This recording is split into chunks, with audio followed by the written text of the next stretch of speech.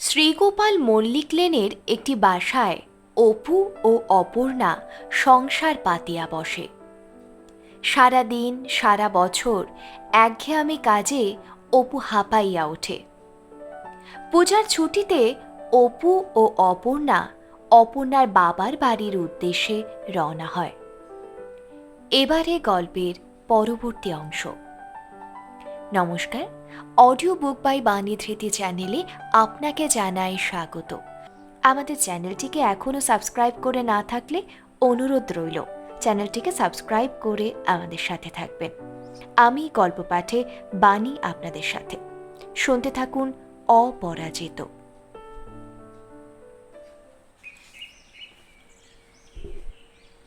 রেলে ও স্টিমার অনেক দিন পর চড়া। দুজনেই হাঁপ ছাড়িয়া বাঁচিল। দুজনেই খুব খুশি। অপর্ণাও পল্লী গ্রামের মেয়ে, শহর তাহার ভালো লাগে না। এতটুকু ঘরে কোনোদিন থাকে নাই। সকাল ও সন্ধেবেলা যখন সব বাসারে মিলিয়া একসঙ্গে কয়লার উনুনে আগুন দিত, ধোঁয়ায় অপর্ণার নিঃশ্বাস বন্ধ হইয়া আসিত, চোখ ঝালা করিত। সে কি ভীষণ যন্ত্রণা! সে নদীর ধারের মুক্ত আলো বাতাসে প্রকাণ্ড বাড়িতে মানুষ হইয়াছে। এসব কষ্ট জীবনেই প্রথম। একদিন তাহার তো কান্না পাইত, কিন্তু এই 2 বৎসরে সে নিজের সুখ সুবিধার কথা বড় একটা ভাবে নাই। অপুর ওপর তাহার একটা অদ্ভুত স্নেহ গড়িয়া উঠিয়াছে, ছেলের উপর মায়ের স্নেহের মতো। অপুর কৌতুক প্রিয়তা, ছেলে মানুষী খেয়াল, সংসার অনভিজ্ঞতা, হাসি খুশি এসব অপর্ণার মাতৃত্বকে অদ্ভুতভাবে জাগাইয়া তুলিয়াছে। তাহার উপর স্বামীর দুঃসময়ে জীবনের কথা, ছাত্রাবস্থার কথা, অনাহারের সঙ্গে সংগ্রাম, সে সব শুনিয়াছে। সেসব অপু বলে নাই, সেসব বলিয়াছে প্রণব। বরং অপু নিজের অবস্থা অনেক বাড়াইয়া বলিয়াছিল। নিশ্চিন্দিপুরে নদীর ধারে পৈতৃক বৃহৎ দোতলা বাড়িটার কথাটা আরও 2-1 বার না তুলিয়াছিল এমন নহে। নিজে কলেজ হোস্টেলে ছিল এ কথাও বলিয়াছে। বুদ্ধিমতী অপর্ণার স্বামীকে চিনিতে বাকি নাই, কিন্তু স্বামীর কথা সে যে সর্বৈব মিথ্যা বলিয়া বুঝিয়াছে এ ভাব কোনোদিনও দেখায় নাই। বরং সস্নেহে বলে, দেখো তোমাদের দেশের বাড়িটাতে যাবে যাবে বললে একদিনও তো গেলে না। ভালো বাড়িখানা, পুলুদার মুখে শুনেছি জমি জামাও বেশ আছে। একদিন গিয়ে বরং সব দেখে শুনে এসো। না দেখলে ওসব কি আর থাকে?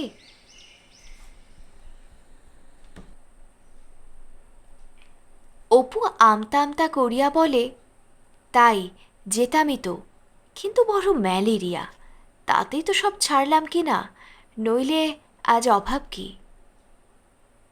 কিন্তু অসতর্ক মুহূর্তে 2-1টা বেফাঁস কথা মাঝে মাঝে বলিয়াও ফেলে। ভুলিয়া যায় আগে কি বলিয়াছিল, কোন সময়। অপর্ণা কখনো দেখায় নাই যে এসব কথার অসামঞ্জস্য সে বুঝিতে পারিয়াছে। না খাইয়া যে কষ্ট পায় অপর্ণার এ কথা জানা ছিল না। সচ্ছল ঘরের আদরে লালিতা মেয়ে, দুঃখ কষ্টের সন্ধান সে জানে না। মনে মনে ভাবে এখন হইতে স্বামীকে সে সুখে রাখিবে।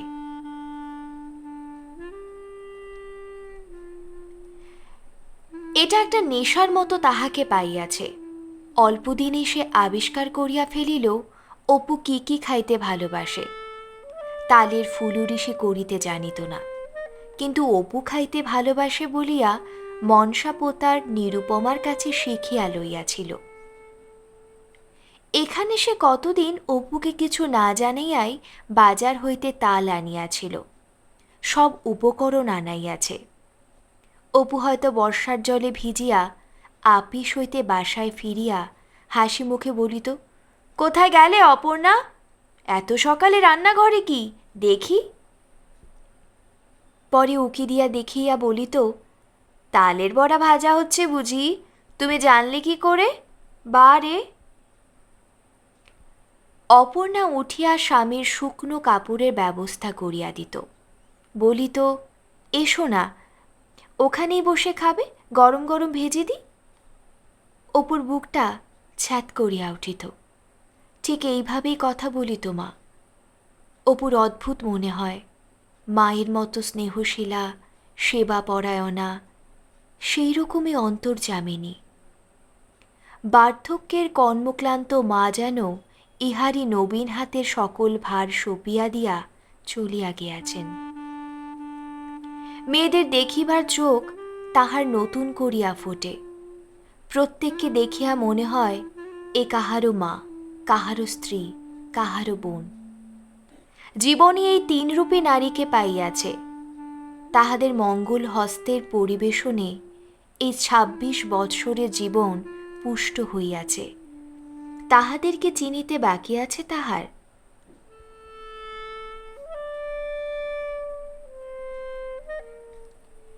স্টিমার ছাড়িয়া দুজনে নৌকায় চড়িল। অপর্ণার খুড়তুতো ভাই মুরারি উহাদের নামাইয়া লইতে আসিয়াছিল। সেও গল্প করিতে করিতে চড়িল।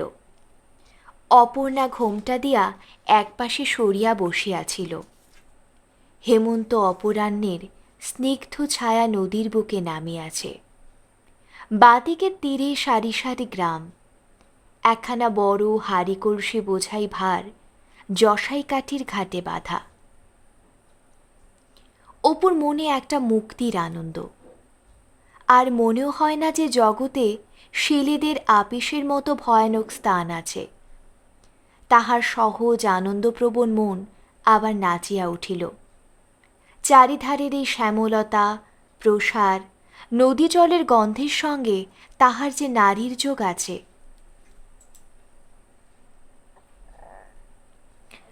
কৌতুক দেখিবার জন্য অপর্ণাকে লক্ষ্য করিয়া হাসি মুখে বলিল, ওগো কলা বউ, ঘোমটা খোলো, চেয়ে দেখো, বাপের বাড়ির দেশটা চেয়ে দেখো গো। মুরারি হাসি মুখে অন্যদিকে মুখ ফিরিয়া রহিল। অপর্ণা লজ্জায় আরো জড়সড় হইয়া বসিল। আরো খানিকটা আসিয়া মুরারি বলিল, তোমরা যাও, এইখানের হাটে যদি বড় মাছ পাওয়া যায়, জ্যাঠাইমা কিনতে বলে দিয়েছেন, এইটুকু হেঁটে যাব এখন। মুরারি নামিয়া গেল। অপর্ণা বলিল, আচ্ছা তুমি কি দাদার সামনে ওই রকম করে আমায়? তোমার সেই দুষ্টুমি এখনো গেল না? কি ভাবলে বলো তো দাদা, ছি। পরে রাগের সুরে বলিল, দুষ্টু কোথাকার, তোমার সঙ্গে আমি আর কোথাও কখনো যাব না, কখনো না। থেকো একলা বাসায়। বই গেল, আমি তোমাকে মাথা দিব্যি দিয়ে সেধেছিলুম কি না? আমি নিজে মজা করে রেঁধে খাবো, তাই খেও। আহা, কি রান্নার ছাদ! তবু যদি আমি না জানতাম, আলু ভাতে, বেগুন ভাতে, ৭ রকম তরকারি, সব ভাতে, কি রাঁধুনি! নিজের দিকে চেয়ে কথা বলো। প্রথমে যেখানে খুলনার ঘাটে রেঁধেছিলে মনে আছে সব আলুনি? ও মা, আমার আবার কি হবে? এত বড় মিথ্যাবাদী তুমি! সব আলুনি? ও মা, আমি কোথায়? সব বিলকুল, মায়ে পটল ভাজা পর্যন্ত। অপর্ণা রাগ করিতে গিয়া হাসিয়া ফেলিল। বলিল, তুমি ভাঙন মাছ খাওনি? আমাদের এই নোনাগাঙের ভাঙন মাছ ভারী মিষ্টি, কাল মাকে বলে তোমাকে খাওয়াবো। লজ্জা করবে না তার বেলায়? কি বলবে মাকে? ও মা, এই আমার। অপর্ণা স্বামীর মুখে হাত চাপা দিয়া বলিল, চুপ। ঠিক সন্ধ্যার সময় অপর্ণাদের ঘাটে নৌকা লাগিল। দুজনেরই মনে এক অপূর্ব ভাব। সটিবনের সুগন্ধ ভরা স্নিগ্ধ হেমন্ত অপরাহ্ন তার সবটা কারণ নয়। নদী তীরে ঝুপকি হইয়া থাকা গোলগাছের সবুজ সারিও নয়, কারণ তাহাদের আনন্দ প্রবণ অনাবিল যৌবন, ব্যগ্র, নবীন, আগ্রহ ভরা যৌবন।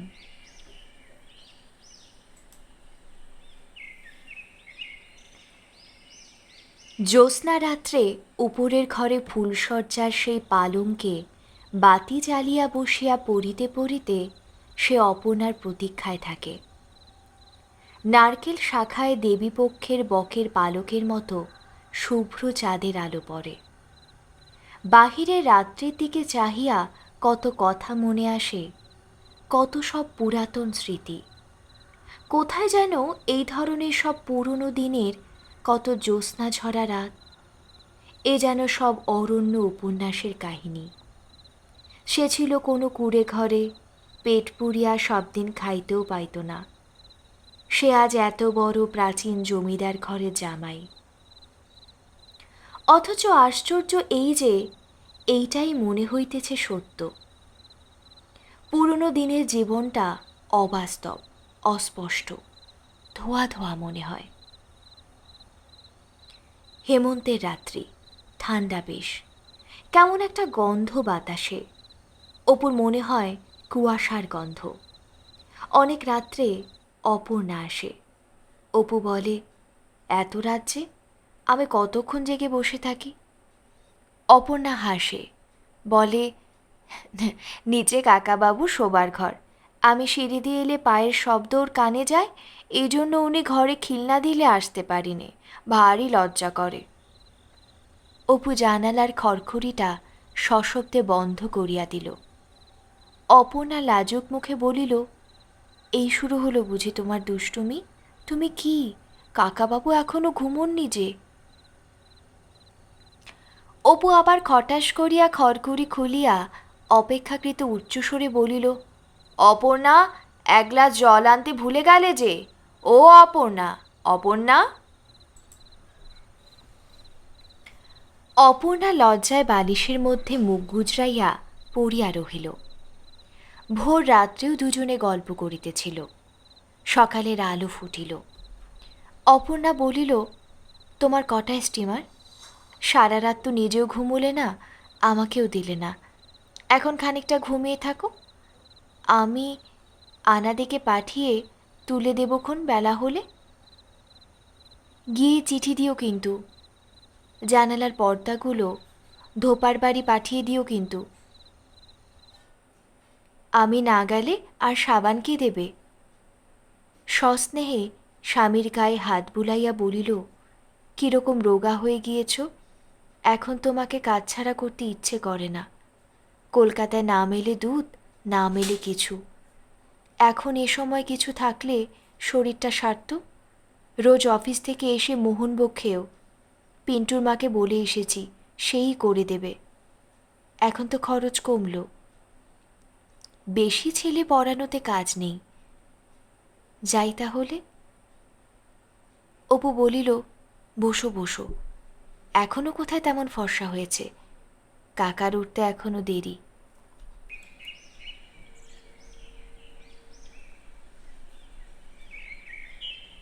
অপর্ণা বলিল, হ্যাঁ, আর একটা কথা, দেখো মনসা পোতার ঘরটা এবার খুঁচি দিয়ে রেখো, নইলে বর্ষার দিকে বড্ড খরচ পড়ে যাবে। কলকাতার বাসায় তো চিরদিন চলবে না, ওই হলো আপন ঘর তোর। এবার মনসা পোতায় ফিরব, বাস না করলে খড়ের ঘর টেকে না। যাই এবার, কাকা এবার উঠবেন, যাই। অপর্ণা চলিয়া গেলে অপুর মন খুঁতখুত করিতে লাগিল। এখনো বাড়ির কেহই ওঠে নাই। কেন সে অপর্ণাকে ছাড়িয়া দিল? কেন বলিল যাও? তাহার সম্মতি না পাইলে অপর্ণা কখনোই যাইত না। কিন্তু অপর্ণা আর একবার আসিয়াছিল ঘণ্টাখানেক পরে, চা দেওয়া হইবে কিনা জিজ্ঞাসা করিতে। অপু তখন ঘুমাইতেছে। খোলা জানলা দিয়া মুখে রৌদ্র লাগিতেছে। অপর্ণা সন্তর্পণে জানালাটা বন্ধ করিয়া দিল। ঘুমন্ত অবস্থায় স্বামীকে এমন দেখায়, এমন একটা মায়া হয় ওর উপরে। সিঁড়ি দিয়া নামিবার সময় ভাবিল, মা সত্যিই বলে বটে, পটের মুখ, পটে আঁকা ঠাকুর দেবতার মতো মুখ। চলিয়া আসিবার সময় কিন্তু অপর্ণার সঙ্গে দেখা হইল না। অপুর আগ্রহ ছিল, কিন্তু আত্মীয় কুটুম্ব পরিজনে বাড়ি সরগরম। কাহাকে যে বলে অপর্ণাকে একবার ডাকিয়া দিতে। মুখ চোরা অপু ইচ্ছাটা কাহাকেও জানাইতে পারিল না। নৌকায় উঠিয়া মুরারির ছোট ভাই বিশু বলিল, আসবার সময় দিদির সঙ্গে দেখা করে এলেন না কেন জামাইবাবু? দিদি সিঁড়ির ঘরে জানলার ধারে দাঁড়িয়ে কাঁদছিল, আপনি যখন চলে আসেন। কিন্তু নৌকা তখন জোর ভাটার টানে জসাইকাঠির বাঁকের প্রায় কাছাকাছি আসিয়া পৌঁছিয়াছে।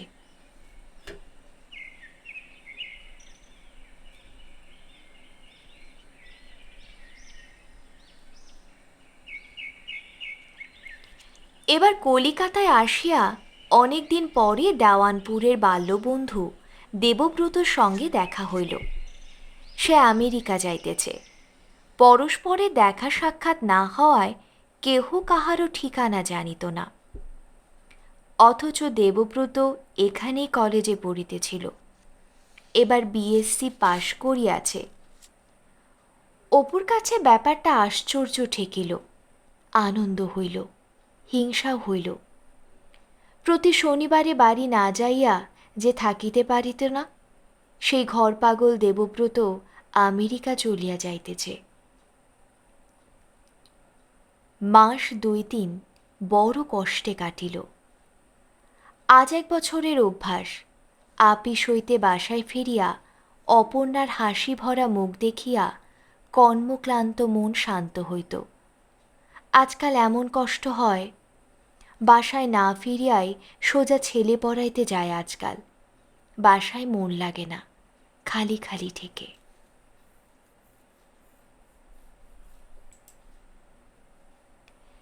লীলারা কেহ এখানে নাই।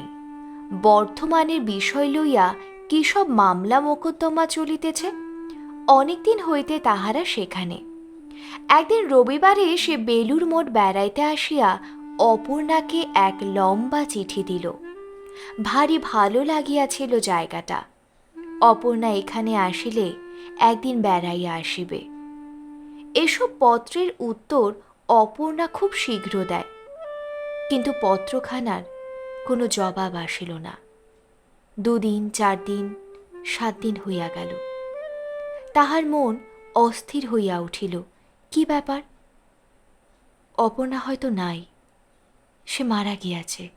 ঠিক তাই। রাত্রে নানা রকম স্বপ্ন দেখে। অপর্ণা ছলছল চোখে বলিতেছে, তোমায় তো বলেছিলাম আমি বেশি দিন বাঁচব না, মনে নেই? সে মনসাপোতা একদিন রাত্রে আমার মনে কে বলতো, যাই, আবার 8 জন্মে দেখা হবে। পরদিন পড়িবে শনিবার। সে আপিসে গেল না। চাকুরির মায়া না করিয়াই সুটকেস গুছাইয়া বাহির হইয়া যাইতেছে। এমন সময় শ্বশুরবাড়ির পত্র পাইল। সকলেই ভালো আছে। যাক, বাঁচা গেল। উফ, কি ভয়ানক দুর্ভাবনার মধ্যে ফেলিয়াছিল উহারা। অপর্ণার উপর একটু অভিমানও হইল। কি কাণ্ড, মন ভালো না থাকিলে এমন সব অদ্ভুত কথাও মনে আসে। কয়দিন সে ক্রমাগত ভাবিয়াছে, ওগো মাঝি তরি হেথা গানটা কলকাতায় আজকাল সবাই গায়, কিন্তু গানটার বর্ণনার সঙ্গে তার শ্বশুর বাড়ির এত হুবহুল মিল হয় কি করিয়া? গানটা কি তাহার বেলায় খাটিয়া যাইবে?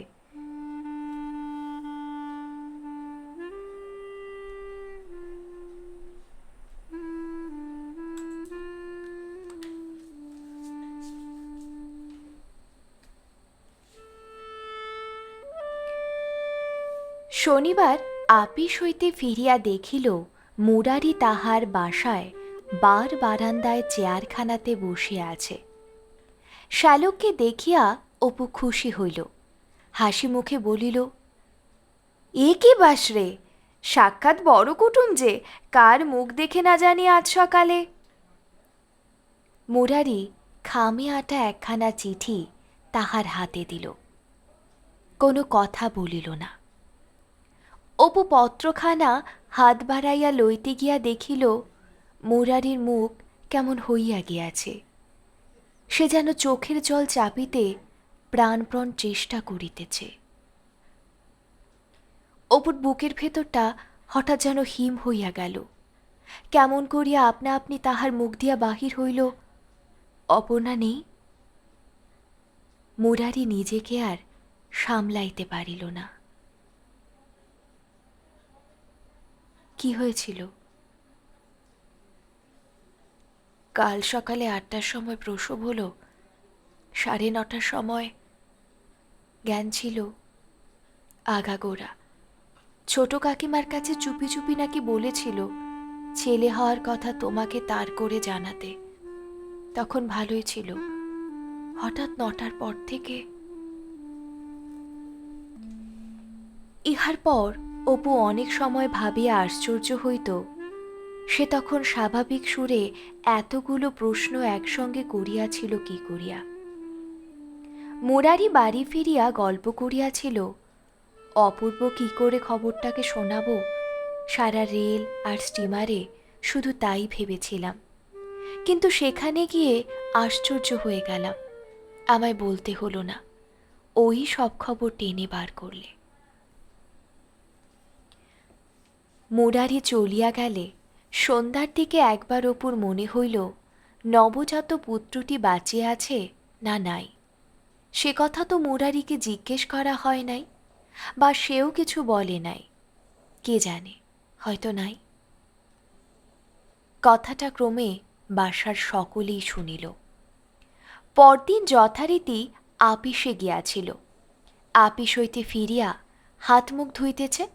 ওপরের ভাড়াটে বন্ধু সেন মহাশয় অপুদের ঘরের বারান্দাতে উঠিলেন। অপু বলিল, এই যে সেন মশাই, আসুন আসুন। সেন মহাশয় জিহ্বা ও তালুর সাহায্যে একটা দুঃখসূচক শব্দ উচ্চারণ করিয়া টুলখানা টানিয়া হতাশভাবে বসিয়া পড়িলেন। আহা, রূপে সরস্বতী, গুণে লক্ষ্মী। কলের কাছে সেদিন মা আমার সাবান দিয়ে কাপড় ধুচ্ছেন। আমি সকাল সকাল স্নান করব বলে ওপরে জানলা দিয়ে মুখ বাড়িয়ে দেখি। বললাম, কে বৌমা? তা মা আমার একটু হাসলেন। বলি, তা থাক, মায়ের কাপড় কাচা হয়ে যাক, স্নানটা না হয় 9টার পরই করা যাবে এখন। একদিন ইলিশ মাছের দই মাছ রেঁধেছেন, অমনি তা বাটি করে ওপরে পাঠিয়ে দিয়েছেন। আহা, কি নরম কথা, কি লক্ষ্মীশ্রী! সবই শ্রীহরির ইচ্ছে, সবই তার।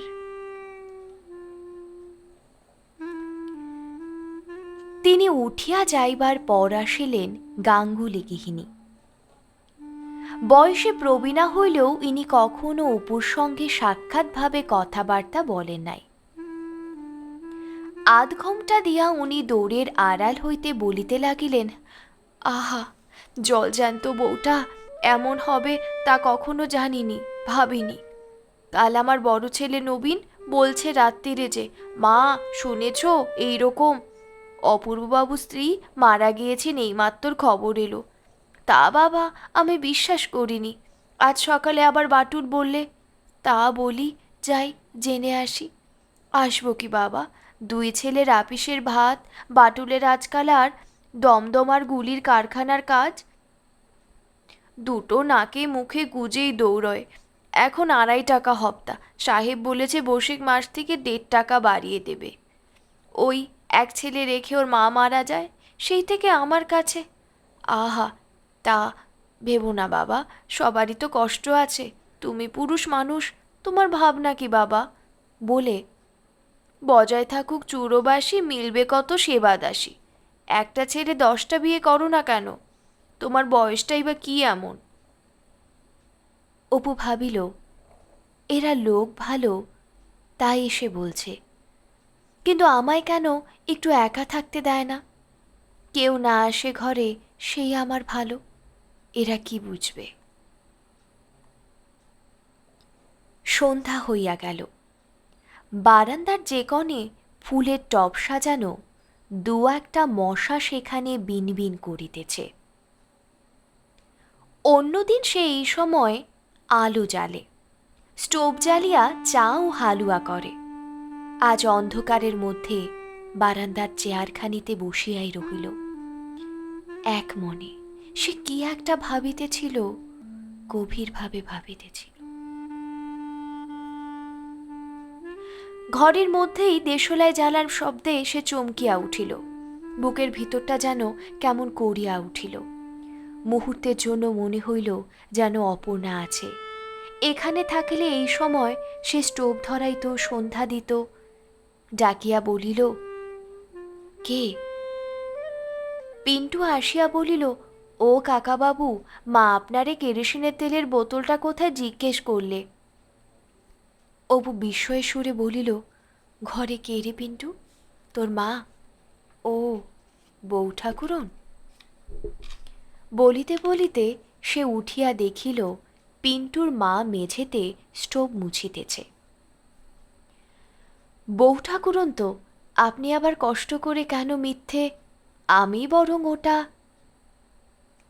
তেলের বোতলটা দিয়া সে আবার ফিরিয়া আসিয়া বারান্দাতে বসিল। পিন্টুর মা স্টোভ জ্বালিয়ে চা ও খাবার তৈরি করিয়া পিন্টুর হাতে পাঠাইয়া দিল। ও রাত্রি ৯টার পর নিজের ঘর হইতে ভাত বাড়িয়া আনিয়া অপুদের ঘরের মেঝেতে খাইবার ঠাই করিয়া ভাতের থালা ঢাকা দিয়া রাখিয়া গেল।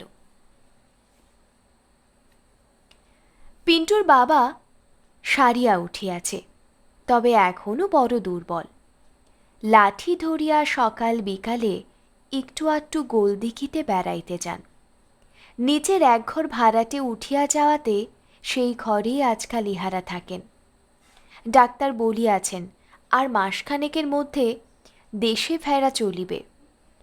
পরদিন সকালেও পিন্টুর মা ভাত দিয়া গেল।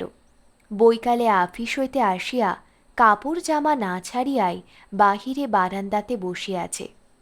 বউটি স্টোভ ধরাইতে আসিল।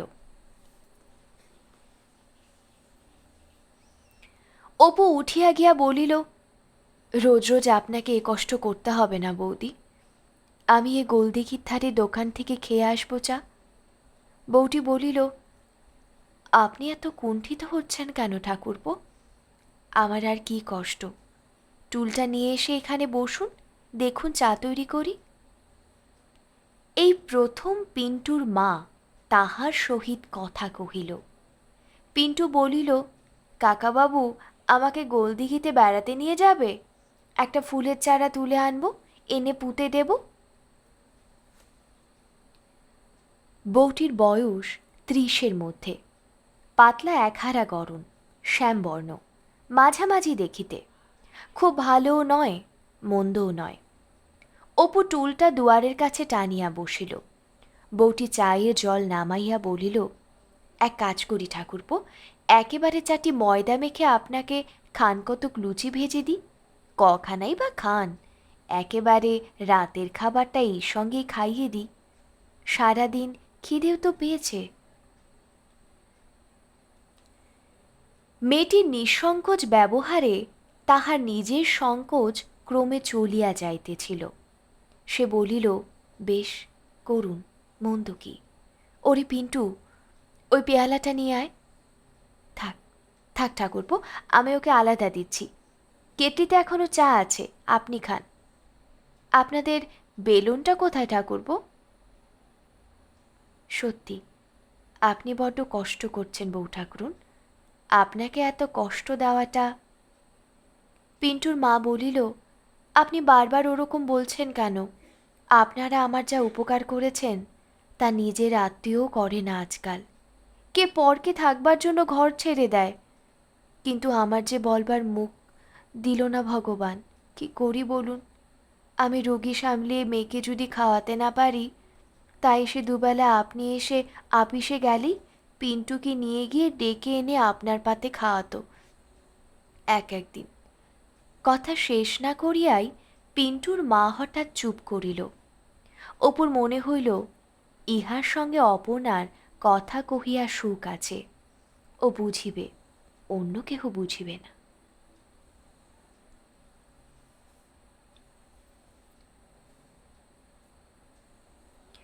সারাদিন অপু কাজকর্মে ভুলিয়া থাকিতে প্রাণপণ চেষ্টা করে।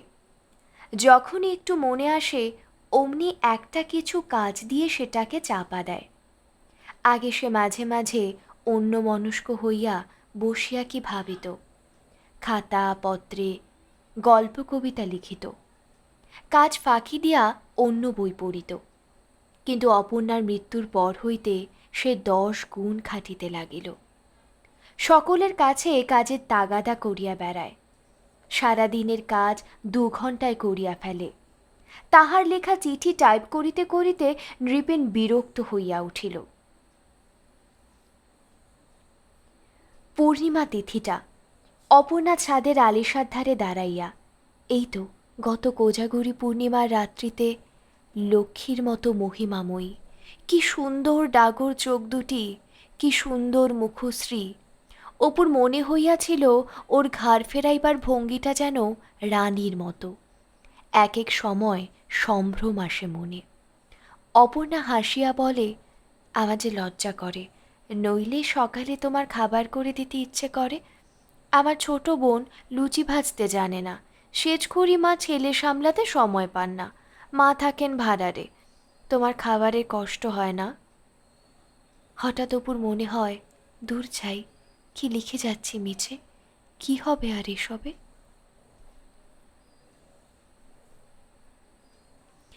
কি বিরাট শূন্যতা, কি যেন এক বিরাট ক্ষতি হইয়া গিয়াছে। জীবনে আর কখনো তাহা পূর্ণ হইবার নহে, কখনো না, কাহারও দ্বারা না। সম্মুখে বৃক্ষ নাই, লতা নাই, ফুল ফল নাই, শুধু রুক্ষ ধূসর বালুকাময় বহু বিস্তৃত মরুভূমি।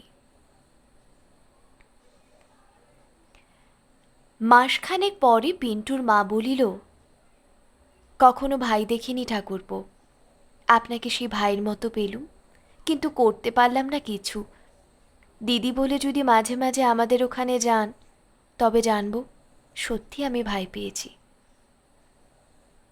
অপু সংসারের বহু দ্রব্য পিন্টুদের জিনিসপত্রের সঙ্গে বাঁধিয়া দিল, ডালা কুলো ধামা বটি চাকি বেলুন। পিন্টুর মা কিছুতেই সেসব লইতে রাজি নয়।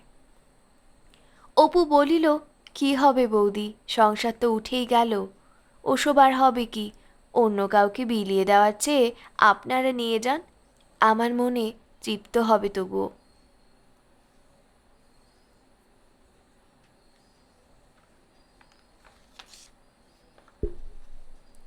মৃত্যুর পর কি হয় কেহই বলিতে পারে না। দু একজনকে জিজ্ঞাসা করিলে ওসব কথা ভাবিয়া তো তাহাদের ঘুম নাই। মেষে বরদাবাবুর ওপর তাহার শ্রদ্ধা ছিল, তাহার কাছেও একদিন কথাটা পারিল। বরদাবাবু তাহাকে মামুলি সান্ত্বনার কথা বলিয়া কর্তব্য সমাপন করিলেন। একদিন পল ও ভার্জিনিয়ার গল্প পড়িতে পড়িতে দেখিল, মৃত্যুর পর ভার্জিনিয়া প্রণয়ী পলকে দেখা দিয়াছিল। হতাশ মন একটুকু সূত্রকেই ব্যগ্র আগ্রহে আঁকড়াইয়া ধরিতে ব্যস্ত হইয়া উঠিল। তবুও তো এতটুকু আলো। সে আপিসে মেশে বাসায় যেসব লোকের সঙ্গে কারবার করে, তাহারা নিতান্ত মামুলি ধরনের সাংসারিক জীব। অপুর প্রশ্ন শুনিয়া তাহারা আড়ালে হাসে, চোখ টিপাটিপি করে, করুণার হাসি হাসে। এইটাই অপু বরদাস্ত করতে পারে না আদৌ। একদিন একজন সন্ন্যাসীর সন্ধান পাইয়া দরমাহাটার এক গলিতে তাহার কাছে সকালের দিকে গেল। লোকের খুব ভিড়, কেহ দর্শন প্রার্থী, কেহ ঔষধ লইতে আসিয়াছে। অনেকক্ষণ অপেক্ষা করিবার পর অপুর ডাক পড়িল। সন্ন্যাসী গেরুয়াধারী নহেন, সাদা ধুতি পরেন, গায়ে হাতাকাটা বেনিয়ান, জলচৌকির ওপর আসন পাতিয়া বসিয়া আছেন। অপুর প্রশ্ন শুনিয়া গম্ভীরভাবে বলিলেন, আপনার স্ত্রী কতদিন মারা গেছেন?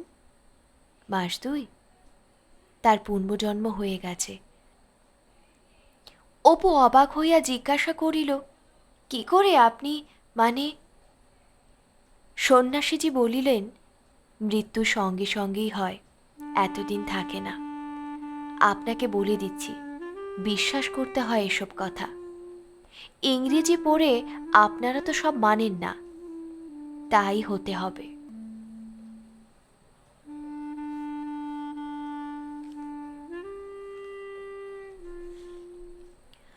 অপুর এ কথা আদৌ বিশ্বাস হইল না। অপর্ণা তাহার অপর্ণা, আর মাস ৮-৯ পরে অন্য দেশে কোনো গৃহস্থের ঘরে সব ভুলিয়া ছোট খুকি হইয়া জন্মিবে। এত স্নেহ, এত প্রেম, এত মমতা, এসব ভুয়োবাজি, অসম্ভব। সারা রাত কিন্তু এই চিন্তায় সে ছটফট করিতে লাগিল।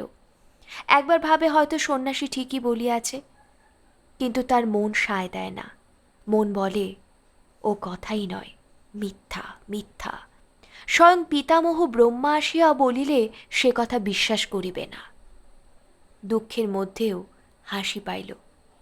ভাবিল অপর্ণার পুনর্জন্ম হয়ে গেছে। ওর কাছে টেলিগ্রাম এসেছে। হামবাক কোথাকার, দেখো না কাণ্ড। এত ভয়ানক সঙ্গীহীনতার ভাব গত 10-11 মাস তাহার হয় নাই। পিন্টুরা চলিয়া যাওয়ার পর বাসাও ভালো লাগে না। অপর্ণার সঙ্গে বাসাটা এতখানি জড়ানো যে আর সেখানে থাকা অসম্ভব হইয়া উঠিল। তদুপরি বিপদ। গাঙ্গুলি গিন্নি তাহার কোনো বন্ধুর সঙ্গে তাহার বিবাহের যোগাযোগের জন্য একেবারে উঠিয়া পড়িয়া লাগিয়াছে। তাহাকে একা একটু বসতে দেখিলে সংসারের অসারত্ব, কথিত বঞ্ঝিটির রূপগুণ, সম্মুখের মাঘ মাসে মেয়েটিকে একবার দেখিয়া আসিবার প্রস্তাব, নানা বাজে কথা। নিজে রাধিয়া খাওয়ার ব্যবস্থা। অবশ্য ইতিপূর্বে সে বরাবরই রাধিয়া খাইয়া আসিয়াছে বটে, কিন্তু এবার যেন রাধে দেখিয়া কাহার উপর একটা সুতীব্র অভিমান। ঘরটাও বড় নির্জন। রাত্রিতে প্রাণ যেন হাঁপাইয়া ওঠে। পাষাণ ভারের মতো দারুণ নির্জনতা সব সময় বুকের উপর চাপিয়া বসিয়া থাকে। এমনকি শুধু ঘরে নয়, পথে ঘাটে, আপিসেও তাই। মনে হয় জগতে কেহ কোথাও আপনার নাই। তাহার বন্ধু বান্ধবদের মধ্যে কে কোথায় চলিয়া গিয়াছে ঠিকানা নাই। প্রণবও নাই এখানে। মুখের আলাপে 2-4 জন বন্ধু আছে বটে, কিন্তু ওসব বেদরদি লোকের সঙ্গে ভালো লাগে না। রবিবার ও ছুটির দিনগুলো তো আর কাটেই না। অপুর মনে পড়ে বছরখানেক পূর্বেও শনিবারের প্রত্যাশায় সেসব আগ্রহ বাড়া দিন গণনা। আর আজকাল শনিবার যত নিকটে আসে তত ভয় বাড়ে। বউবাজারের এক গলির মধ্যে তাহার এক কলেজ বন্ধুর পেটেন্ট ঔষধের দোকান। অপর্ণার কথা ভুলিয়া থাকিবার জন্য সে মাঝে মাঝে সেখানে গিয়া বসে। এ রবিবার দিনটাও বেড়াইতে বেড়াইতে গেল। কারবারের অবস্থা খুব ভালো নয়। বন্ধুটি তাহাকে দেখিয়া বলিল, ও তুমি? আমার আজকাল হয়েছে ভাই, কে আসিল বলে চমকাইয়া যায়, কাননে ডাকিলে পাখি। সকাল থেকে হরদম পাওনাদার আসছে আর যাচ্ছে। আমি বলি, বুঝি কোন পাওনাদার এলো? বসো বসো। অপু বসিয়া বলিল, কাবুলির টাকাটা শোধ দিয়েছ? কোথা থেকে দেব দাদা? সে এলেই পালাই, নয়তো মিথ্যে কথা বলি। খবরের কাগজে বিজ্ঞাপনে দেনার দরুন ছোট আদালতে নালিশ করেছিল। পরশু এসে বাক্স পত্র আদালতের বেলিফ সিল করে দিয়েছে। তোমার কাছে বলতে কি, এবেলার বাজার খরচটা পর্যন্ত নেই। তার উপর ভাই বাড়িতে সুখ নেই। আমি চাই একটু ঝগড়াঝাটি হোক, মান অভিমান হোক, তা নয়। বউটা হয়েছে এমন ভালো মানুষ, 7 চরে রা নেই। অপু হাসিয়া উঠিয়া বলিল, বলো কি হে, সে তোমার ভালো লাগে না বুঝি? রামও পানসে লাগে, ঘোর পানসে। আমি চাই একটু দুষ্ট হবে, একগুয়ে হবে, স্মার্ট হবে। তা নয় এত ভালো মানুষ, যা বলছি তাই করছে। সংসারের এই কষ্ট, হয়তো একবেলা খাওয়াই হলো না। মুখে কথাটি নেই, কাপড় নেই, তাই সই। ডাইনে বলে তক্ষুনি ডাইনে, বাই বললে বাই। না, অসহ্য হয়ে পড়েছে। বৈচিত্র্য নেই রে ভাই। পাশের বাসার বউটা সেদিন দেখলাম স্বামীর উপর রাগ করে কাচের গ্লাস, হাত বাক্স দুমদাম করে আছাড় মেরে ভাঙলে। দেখে হিংসে হলো। ভাবলুম, হায় রে, আর আমার কি কপাল। না হাসি না। আমি তোমাকে সত্যি সত্যি প্রাণের কথা বলছি ভাই। এরকম পানসে ঘরকন্না আর আমার চলছে না। বিলিভ মি, অসম্ভব। ভালো মানুষ নিয়ে ধুয়ে খাবো? একটা দুষ্টু মেয়ের সন্ধান দিতে পারো? কেন, আবার বিয়ে করবে নাকি? একটাকে পারো না খেতে দিতে, তোমার দেখছি সুখে থাকতে ভূতে কিলোয়। না ভাই, এই সুখ আমার আর, জীবনটা এখন দেখছি একেবারে ব্যর্থ হলো। মনের কোনো স্বাদ মিটল না। একবার ভাবি ওর সঙ্গে আমার ঠিক মিলন হয়নি। মিলন যদি ঘটতো তাহলে দ্বন্দ্ব হতো, বুঝলে না? কে টেপি? এই আমার বড় মেয়ে। শোনো, তোর মার কাছ থেকে 2টো পয়সা নিয়ে আয়, 2 পয়সার বেগুনি কিনে নিয়ে আয় তো আমাদের জন্য। আর অমনি চায়ের কথা বলে দে। আচ্ছা, মরণের পর মানুষ কোথায় যায় জানো? বলতে পারো? ওসব ব্যাপার নিয়ে মাথা ঘামায়নি কখনো। পাওনাদার কি করে তাড়ানো যায় বলতে পারো? এখনই কাবুলিওয়ালা একটা আসবে নেবুতলা থেকে। 18 টাকা ধার নিয়েছি, 4 আনা টাকা পিছু সুদ হপ্তায়, 2 হপ্তায় সুদ বাকি।